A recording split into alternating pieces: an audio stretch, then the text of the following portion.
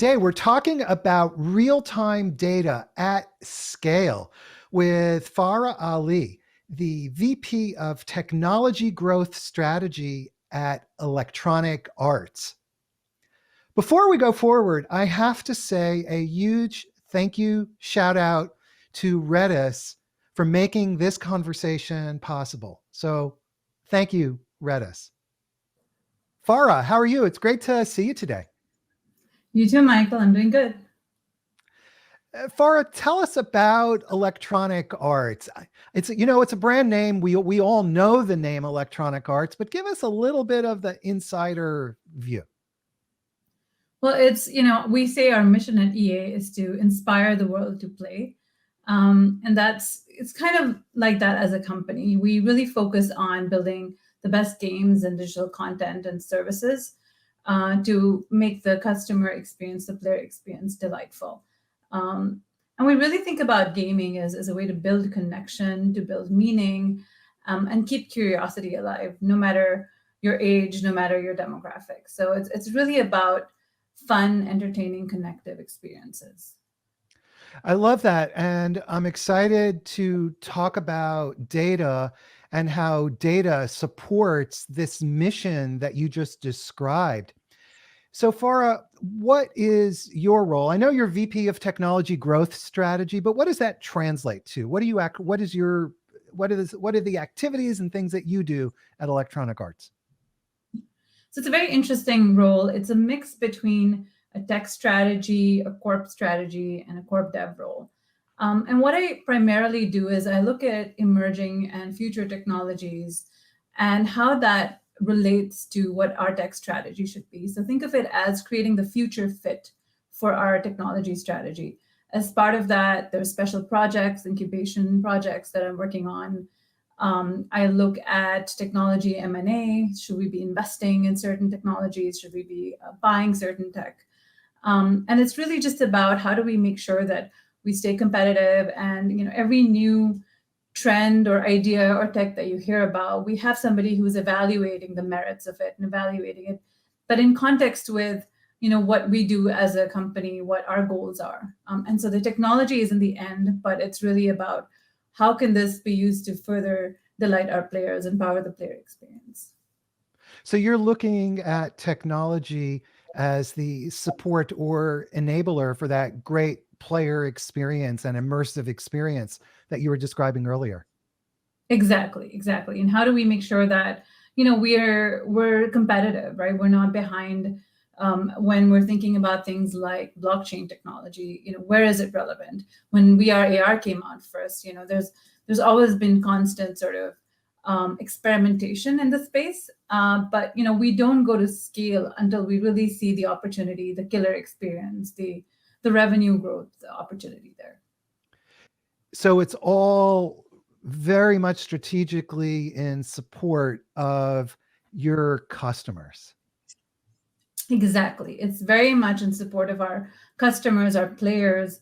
And if it doesn't make sense for our player, if it doesn't enhance the player experience in some way, if it doesn't add to the game experience in some way, then we're not looking at it purely from the technology aspect. I know that you are very data focused. You use lots of real-time data. Can you describe how that data fits into this overall strategic picture that you just laid out for us? Yeah, I mean, we get petabytes of data coming in daily from generated by our users. This is data that's coming from games that are being played, from services that are being run, from content that's being dropped, from campaigns that we're running. So it's all kinds of data. And we look at it for a bunch of different use cases. And I would say particularly there are 4 different personas when you think about how our data is used. So there's the business leaders, right? They mostly don't need real-time data. They're really looking at what are some key customer metrics, and they're looking at trends. They're making sure that things are trending the right way. Is the average spend per player, is that in the right place? Our customers on average engaging a particular time or a session with a game. What's the sentiment of the players, right? And so sometimes daily fluctuation, there is just noise. It doesn't really point to a direction. And so that's really trend over time. But then there may be cases where it's a privacy or compliance issue, or there's a geosensitive issue. And so there's also real-time aspect to that data where executives can react in real time. And so that's sort of data for business leaders, for executive decision making, and for strategy. Then there's the producers or the game developers, right? They're really focused on the player experience, and they want to see, the producer, the game designer is looking at data and saying, I put this game map in this way, I have a building here, I have these, pieces of content that you can interact with. Are the players actually interacting with the game the way that I intended for it, right? And so it's a constant loop of, play testing, getting that data, going back to the drawing board and iterating over that so that we are building the best game and we're building the experience the way that it's actually being used versus how we think it should be used. So there's a lot of real-time telemetry, but it's not always just for live games. It's also for games that are currently under production. Then you have analysts, and analysts are looking at, how do you get insights from the data, right? So you have metrics, you have some quantitative data, you have some qualitative data. How do you piece that together to actually make sense of it and sort of either have experiments that you can prove or disprove, or hypotheses that you can sort of test out, or just sort of look at forecasting and trends. And analysts are usually paired with, business leaders or producers, game developers to actually help them mine this data. And then you have your engineers. You can have data scientists, you have data analysts, you have data engineers, and then you have just your regular software engineers who are actually building the systems. So they're figuring out how do you build the right standardized telemetry, where is this data going to be collected and stored, if it's real time, what's the scalability of our systems, allowing the data to come in, and essentially making it such that the systems allow for ease of access for everybody who needs access to that data, and then the workflows on top are self-serve. So, for example, the game developer spends most of their time focusing on the game and developing the game, and they don't have to worry about telemetry or building systems or capturing data. So that can be done at scale by these engineers. And that's primarily kind of the 4 ways we think about data. It sounds like data is woven very tightly into the fabric, into the DNA of the company. Yep, it is. And, some of the personas that I talked about, then you can think about the use cases, right? So, for example, game producers, game developers, they really are thinking about personalization at scale, right? So when you are playing a game, you should feel like it's made just for you. The fun aspect of it is, built in a way that, the difficulty is not too much, but it's not too little, right? So there's a dynamic difficulty piece of it, which is different for different people. If you are playing an online game that is with other players, if it's a multiplayer game, how do we match make you with the right skill set, not too high, not too low? So there's tons of ways to think about how that data can be used. So we think about personalization at scale and data needed for that. We think about, we call it intelligent quality applications, right? And that can be anywhere from finding bugs in games to lifecycle issues to fraud detection, cheat. Then there's things like procedural generation. So how do you use data to actually create epic worlds, create characters, create faces? So you're not manually creating the thing, you're actually using data and learning from it and algorithmically creating worlds in games and characters in games and so forth. And then there's things like believable characters in games. You have non-playing characters. You have, in FIFA, you'll see stuff like the grass that the players are running on, and it kind of moves in the wind the way that you'd expect real grass to. So there's tiny, minute things that we pay attention to, tiny details that make your experience more immersive and more real. So yeah, those are kind of the different ways that we think about data. You said something really intriguing, using data to create worlds. And there's been all this discussion of the metaverse with Facebook recently. Can you give us a glimpse of how you use data to create worlds? It's such an intriguing statement. I think so. It's slightly different from the metaverse idea, where if you think about, if you had to build a game today, and let's say the game is you want to look at some sci-fi book that you're really excited about and you want to convert that into a game. Just think of the sheer number of characters. Think of the worlds that you'd have to actually draw, and then the scenes you'd have to create to animate. It's a lot of manual effort, right? And then the time to market that results in. And so it's part of it is an efficiency play, right? So we don't need to actually go and film and motion capture 100 different people just to create the audience in, let's say, FIFA or Madden or one of these other sports games. But if we have enough data, we can actually go and create crowds, right? So they're not actual people, but they're algorithmically generated. So part of it is for efficiency, part of it is for realism, right? And you see this in movies. You see this with kind of computer generated. On the metaverse side, what we're thinking about it is in terms of immersiveness. So we really think about how your interaction with the game transports you into feeling like you're in the game, right? Without sort of even thinking about AR or VR or those techniques.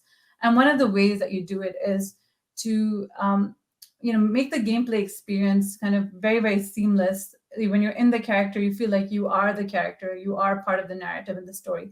And that's really about the storytelling. That's really about the gameplay mechanics. That's really about the psychology of gaming. The metaverse itself is a fascinating topic, and I think there's so much conversation going on around it. I think, to me, primarily, it's about identity at the very core of it, right? So how do you have this online identity that's the same across every online property that you're on, right? So if I have a particular identity, I want that same identity tied to YouTube or Twitter or my EA account, or when I go to Facebook, or when I go play an Epic game. And how does that happen? That interoperability between organizations. I think, to me, those are some of the challenges, the interoperability and the core identity. Because how do you do that and still keep a decentralized environment, And I think finally on the metaverse, the final piece on data is that, who's responsible for the data, right? So there's a lot of content that people will create. Who's responsible for governing that? Who's responsible for looking at, when I talk about, we look at data for personalization for gamers, it's because we have a mission, and we have a duty towards our gamers, right? And in that metaverse, that's not really owned or controlled by anyone. It's the collective community that will decide what those experiences look like, whether something should be personalized or not. So I'm very curious how that will evolve, and the governance will evolve around that, and the moderation will evolve around that.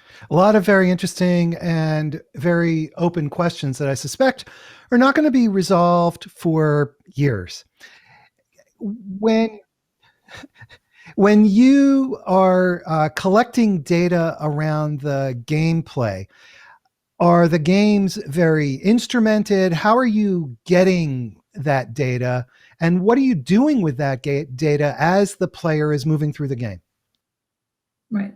So we do have a standardized telemetry, and that's very important because then a game team can actually decide the kind of metrics they want to look at, the kind of analysis they want to do, and for that, what kind of instrumentation they should enable. And so when you're instrumenting, let's say something as simple as this game is mode X and X means something, you can actually instrument that in the game in a very standard way, which means that when you're actually actually digesting or ingesting that data and transforming that data, it comes out how you'd expect it to. And that means you could have standardized dashboards, standardized reporting. So telemetry and instrumentation standardization is a very important tenet of how we handle and manage data.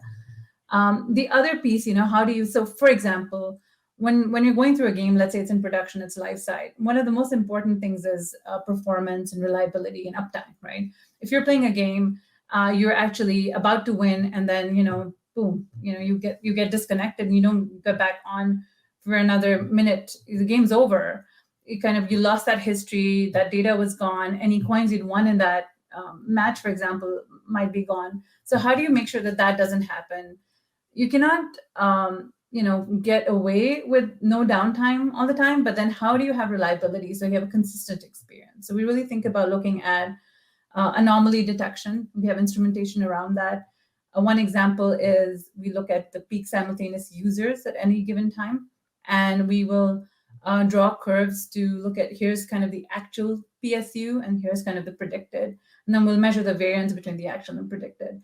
And if the variance is greater than what we'd expect it to be, then we'd actually go and flag that as an anomaly.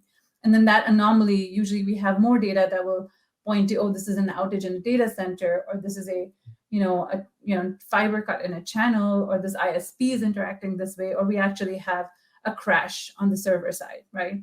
And then some of these are actually auto-remediated. So for example, maybe there was a bug in the game, and after the game server ran for X hours, and the memory, it just kind of kept adding up and it ran out of memory. And so that particular anomaly, when it's detected, might just go and reboot that machine. But then it might also open up a ticket in the incident management flow that might say, this out of memory exception was found in this particular code, and this needs to be remediated and put into our next batch. So there's a number of sort of automatic ways to handle it. There's also manual ways to handle it.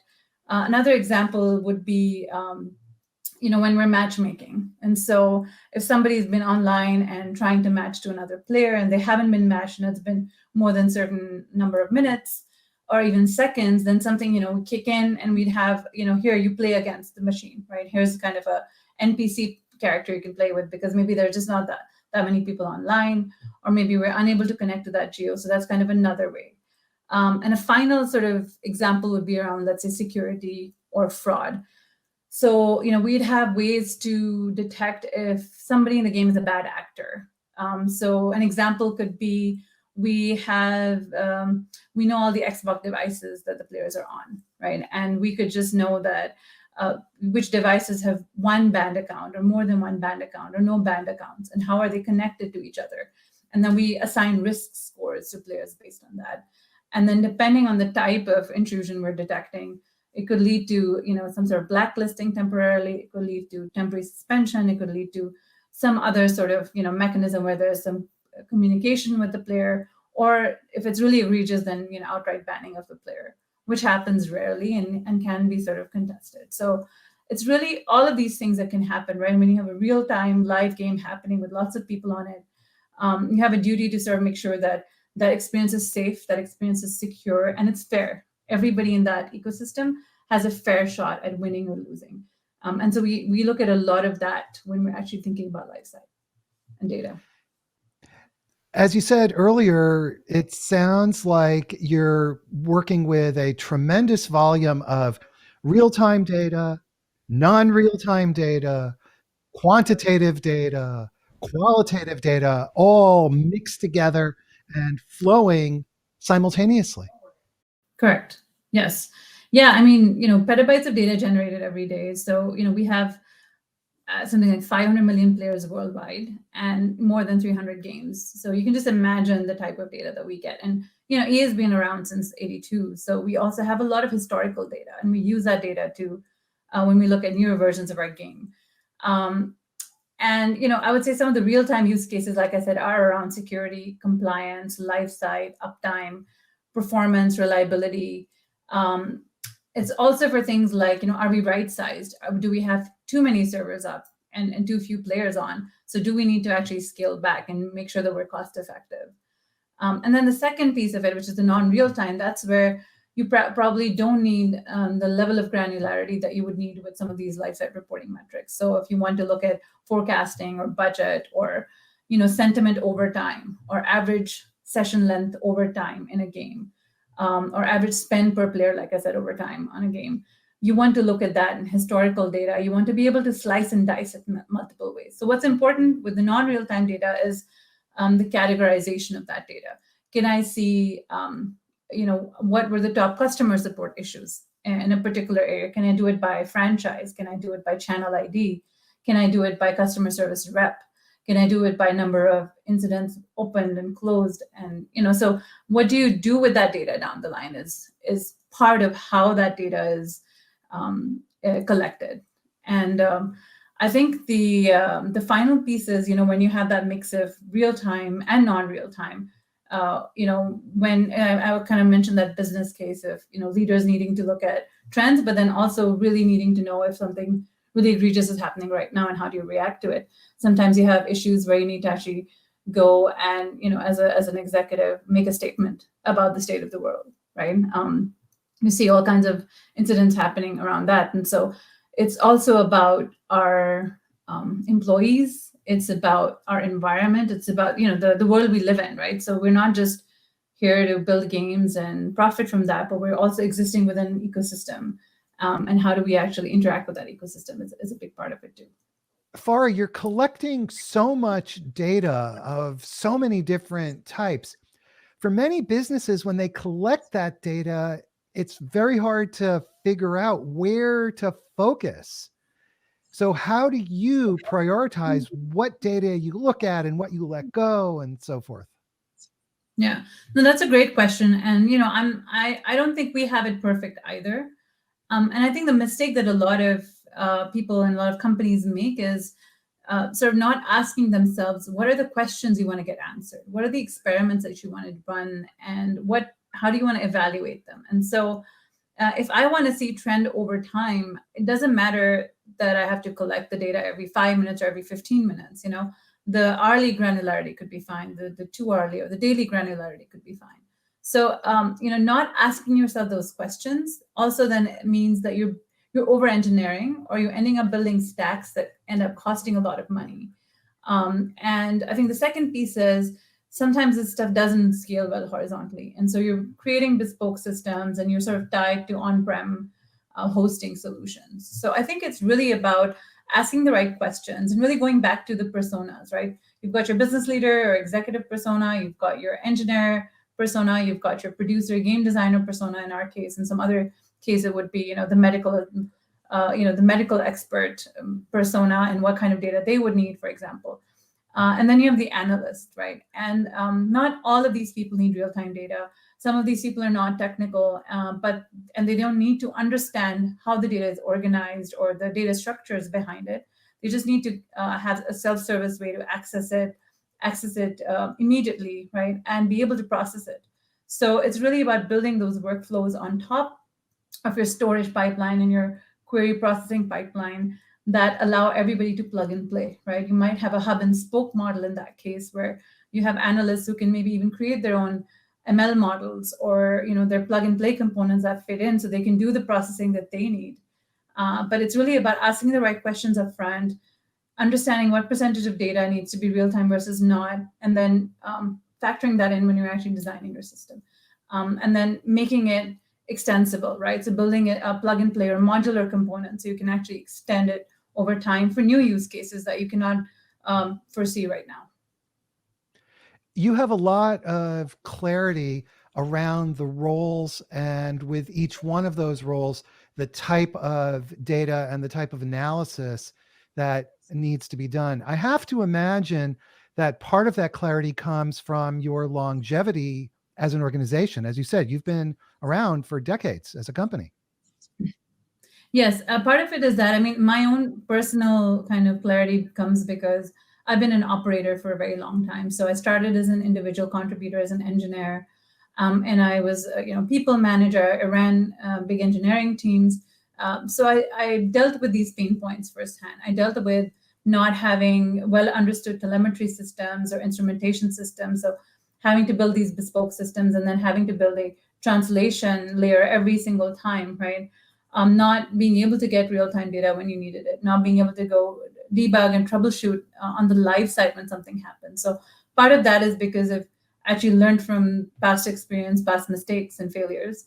And then the second piece is, yes, when you actually have historical data, when you've seen how franchises did well or didn't do well, and then when you have so much sentiment data, the great thing about gamers is that there's such a vocal bunch. You will not have a problem getting feedback from this customer segment. And so, they're there on Twitter, they're there on Reddit, they're, calling us, they're on chat, they're on email, and we mine all of this information, right? So we can actually go and look at sentiment, and then we create topics around those sentiments. So we have a good sense of like, here's the top areas where we see issues, and here's where we can actually remediate them, and here's where this data is actually stuff we hadn't thought about, and does this go back into our game production, and do we use this to actually build our next live content drop, right? Are people asking for more, weapons of a certain kind, or more, masks or skins of a certain kind, and should we go and do that? For example, over time, we've learned that people like to see themselves in the game, especially Sims, which is a simulation. And so we had a lot of feedback around, what about Halloween in there? What about Eid? What about all of these things that we celebrate? And so we've taken that feedback into account over time. And we actually have a very cool division. It's called the positive play, I believe. And that looks only at, how do we make our games more inclusive for players? So they're looking at data in an entirely different way, because they're looking at it from what's our corporate social responsibility to our players, and how do we make sure that every player feels like they're in the game with us. So I think it's over time being in the shoes of the engineers and the analysts, but then also being in the shoes of the players and really thinking like a player. I think that's what helps us get that clarity. So you're bringing both of these sides together. Again, I keep using this term, clarity, the behind the scenes together with the player perspective, and they layer on top of each other. So you're dealing with so much data and it's coming at you so rapidly. What kind of infrastructure do you have to manage this explosive amount of data? Right. Yeah, and I think the other piece of that puzzle is you don't always know what you need it for, right? Like, we don't know what the metaverse will require, right? Or what other future use cases will require. And so at any sort of infrastructure level, you have to think about storage. And then you have to think about, do you need access to that storage immediately, or is it kind of cold storage? And so how do you decide sort of immediate need versus longer term sort of archival. And so we have sort of the storage piece, then you have the ingestion layer. So how do you actually ingest all of the data coming from your games, but then coming from social channels, right? So Twitter and Metacritic and so forth, from your financial systems, from your accounting systems, from many other sources. So a place where you can actually ingest and aggregate that data. And then on top of that, you need a way to access that data, right? So you need to build APIs that are self-service. You need to build tools that are self-service. You need to build workflows that anybody can go and create the workflow that they would need to extract. There could be ETL workflows, for example, that data analysts use. There are experimentation pipelines that an analyst might use. And so you might actually build on top of your workflows a whole AI and experimentation pipeline. That's actually what we have. It's your train, test, predict / evaluate pipeline of that data. So you can actually go and build models for anomaly detection, models for fraud detection, all of those different type of cases. And so you have kind of your infrastructure, you have your stack, and then you have your teams that need to do something with it. And they are building their particular piece of the application. And think of it as more as a plugin provider model, where they write their own plugins perhaps for their piece of the thing, or their app or their service. But we provide, the core data team provides the infrastructure for storage, for ingestion, for access, and the key workflows and the core AI and experimentation platform. This infrastructure that you're describing, how much of it is cloud-based and how much of it is on premises? And how do you decide whether to put pieces of your infrastructure in the cloud or on premise? Yeah, a great question. So we actually took a deliberate strategy to move to the cloud several years now. And I would say most of our workloads are on the cloud. I think the other reason for that is because the gaming use cases became so important that cloud providers out there have also started building the right SKUs. So initially we needed GPUs, and that just wasn't something that we could get from some of these providers. Now it's pretty common. So most of our workloads are cloud-based, and it gives us the advantage of scale, right? It gives us the advantage of regional coverage, geo-distribution, and then it's ease of access for all of the data pipelines for our developers and our analysts. When I think about on-prem, historically, we've used it when it's data that's PII or for some security reason or some compliance reason. Or if there's a very customized game server, a very bespoke sort of, game service that only we can run in on-prem. So that's kind of like, I would say, an exception. And our goal there too is once we see an offering that's commoditized, that's in the cloud, we want to move it there. And the primary reason for that is scale and efficiency, right? It really helps us plan better. So one thing that we do in our games is, while we're doing production and while the game is being developed, on the infrastructure side, we're constantly testing the game server density. So we're seeing how many players per game server and how do we right size it. And so we can actually go and say, okay, we can save X million by right sizing to this particular density. And then we do a lot of performance and scale tests. So if we look at past data and we say, okay, for this same type of franchise launch last year, this was the peak users on day 1 and day 2 and day 3. And we go look back as many years as we need to. And then we sort of use that and we look at pre-sales to predict what the peak usage would be going forward. We actually go and test it, 2x, 3x, 5x, and then we try to start at a reasonable scale, but we're provisioned so we can just spin up servers in the back end. And you couldn't do that with on-prem. It's very, very difficult. You have to buy the machines, you already paid for it, and what if, you don't get the usage you thought? And so you end up wasting a lot of money. And that's kind of how we think about, and we're not tied to any particular provider. So we really try to have a hybrid strategy so we can leverage the benefits of the services across all providers. Does latency and speed of being able to access, transmit, and communicate that data ever play a role in your cloud versus on-premise decision making? Absolutely. The great thing about these cloud providers is that, in the last 10 years or so, there are very few regions where they don't exist.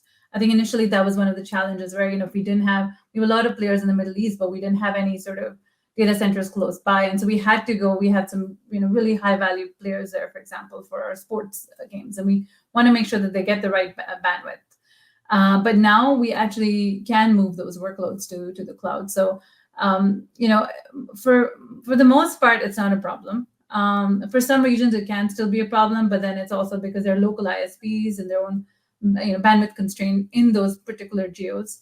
And in that case, we sometimes have to do something specialized. But for the most part, I think the cloud has solved that problem for us. And having the regional data centers has really solved that problem for us. And what we have done is we build our games so that they are modular and componentized, and you can actually go and deploy in any particular container, right? So once you containerize a game, it's very easy to actually go and deploy anywhere. And that's a shift we made. Otherwise, before it was really sort of being packaged in a way that it would just run on this kind of bespoke on-prem machine. So yeah, I think we'll still have some performance issues. We have rubber banding issues. Sometimes it's because there's just a lot of online traffic. Like I think last year, we definitely were put to the test there. Everybody was online and not everybody was playing games. And so that has put us in a better position to actually be able to anticipate and do something with the additional workloads.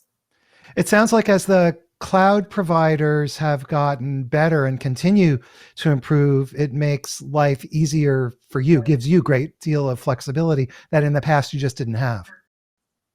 Absolutely, because we need to be always on. We need to, with the subscription model and the live services model, we have to be always on. And that raw compute, that access to even more raw compute than was possible before, and the fact that we could just horizontally scale out as we need has really helped us kind of with that time to market with that scale. So, and I think what has really worked well for us is a lot of these cloud providers are great partners, and we can actually, when we see a use case that doesn't exist, we can actually go to them and explain to them, and then that helps the community because there are others who could benefit from that particular SKU. And so, I think if that didn't happen, if it was sort of if you can only use one provider and there was some sort of competition like that in the market, it would be very hard. So the fact that and the providers have to each provide better service than the other for us to use them makes it better for us as a company because we're always getting better service. We're always getting access to great customer service and access to architects who want to go and build the things that we would use. Farah, you've mentioned several times the importance of stability and performance.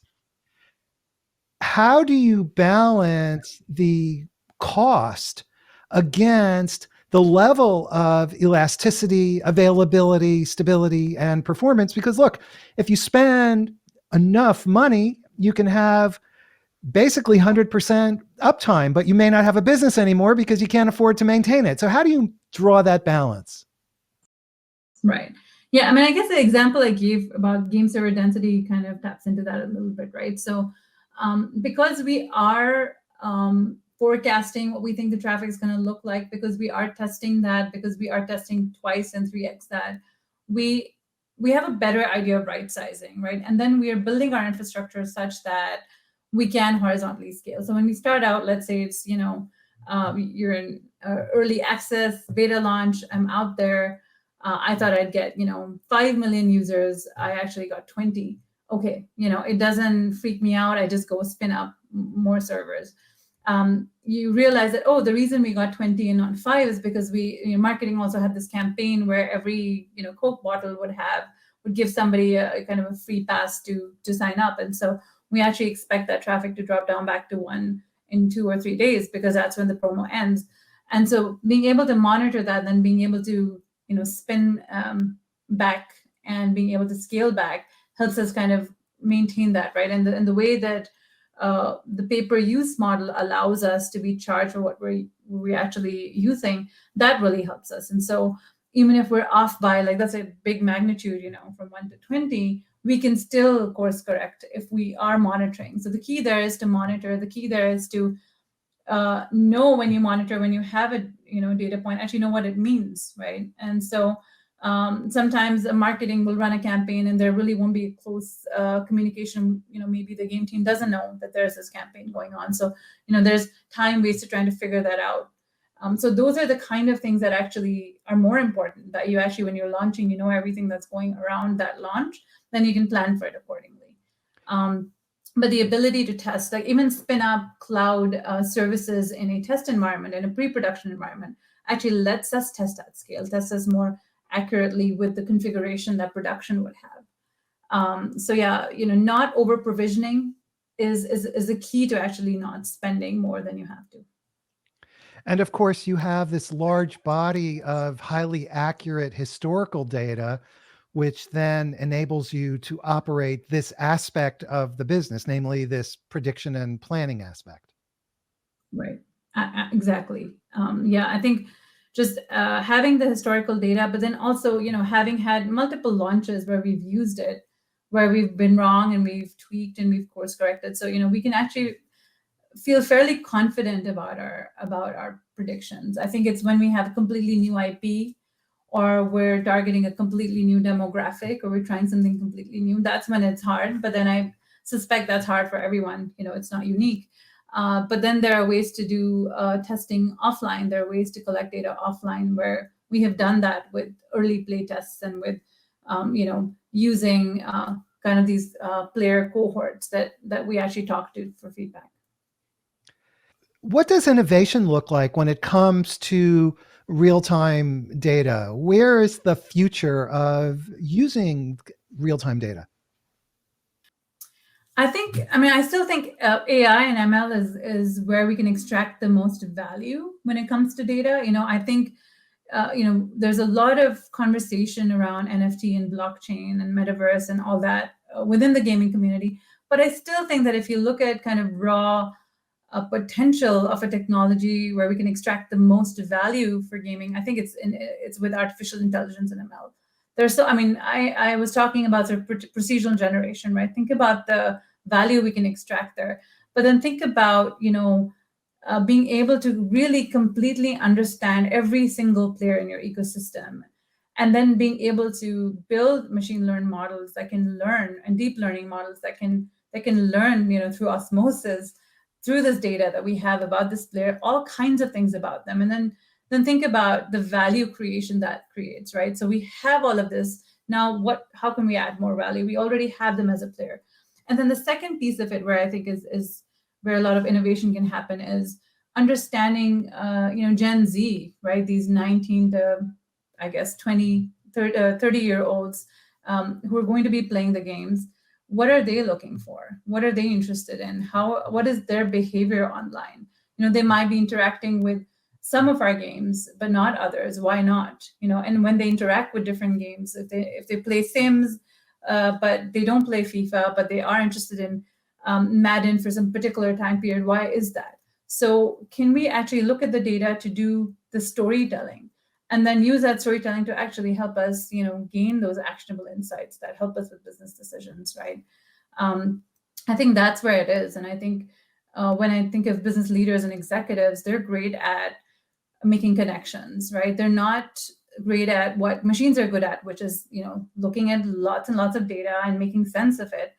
But once you can make some sense of it and you can present it with context to the right people, then they can have great ideas that come from that, right? And so it helps them make better executive decisions. It helps them with their storytelling, and it helps them understand their players and their customers better, which is the key here. What are customers doing right now? What are Gen Z or new demographics doing? And then if you want to enter these new business segments, if you want to enter these new markets, if you want to create this new IP that didn't exist before, how do we understand who is looking for it? What do they want out of it? What value can we extract from it for them? And I think that's still where data and AI and ML has a big part to play. What I find fascinating is many companies struggle to collect the data, to figure out the kinds of data and to gather that data. In your case, you have such a large body of very high quality data. So the challenge then becomes the creativity, the innovation of what can we do with that data? Now we've got it. What do we do with it? Yes, exactly. And I think to your point also, how do we make sure it's not noise, right? Sometimes, you get, very well-meaning leaders who are like, yes, we must collect everything. But in reality, people, if you look at dashboards in companies, they're the most underused utility there. People don't like looking at graphs. They don't like looking at dashboards. They want to understand data in context of what they're doing. And so I think the key there is, how do we build the thing on top of the data that actually provides those interesting, actionable insights, right? And then the action on top of it, depending on your role and your function, that's what you take with it. But yeah, I think reducing the noise and reducing this idea that you have to collect everything. You can collect everything, but you're probably never going to use it. And so, be smart about the data you're collecting. Be smart about your data strategy, and be smart about what you plan to use it for. That's when you can sort of really have clarity around how to actually use it for the best kind of future fit technology strategy. Okay, Farah Ali, thank you so much for sharing your experience and expertise with us. It's been a fascinating Thank you, conversation. Michael. Thanks for having me. I really enjoyed it.